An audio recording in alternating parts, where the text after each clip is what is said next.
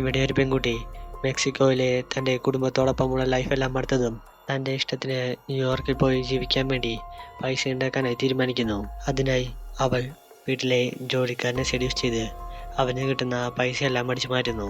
അങ്ങനെ പോകെ പോകെ ആ കിട്ടുന്ന പൈസയൊന്നും അവർക്ക് തികയുന്നില്ല എന്ന് തോന്നിയതും തൻ്റെ അമ്മ നടത്തുന്ന ചാരിറ്റബിൾ ഫൗണ്ടേഷൻ്റെ പൈസയെല്ലാം ബാങ്കിലിടാൻ പോകുന്ന ദിവസം അമ്മയറിയാതെ ആ പൈസയെല്ലാം അടിച്ചു മാറ്റാൻ ഒരു പ്ലാൻ എല്ലാം ഉണ്ടാക്കുന്നു. അവൾ തൻ്റെ അമ്മ ബാങ്കിലേക്ക് പോകുന്ന വഴി തൻ്റെ അനിയനെ സ്കൂളിലാക്കാൻ വേണ്ടി പോകുന്ന ടൈമെല്ലാം നോട്ട് ചെയ്ത് വെച്ച ശേഷം ജോലിക്കാരൻ പയ്യൻ്റെ കയ്യിൽ കാറിൻ്റെ സ്പെയർ കീ എല്ലാം കൊടുത്ത് അമ്മ സ്കൂളിലേക്ക് പോകുന്ന ടൈമിൽ കാറിൽ നിന്നും പൈസ എടുക്കാനായി പറയുന്നു.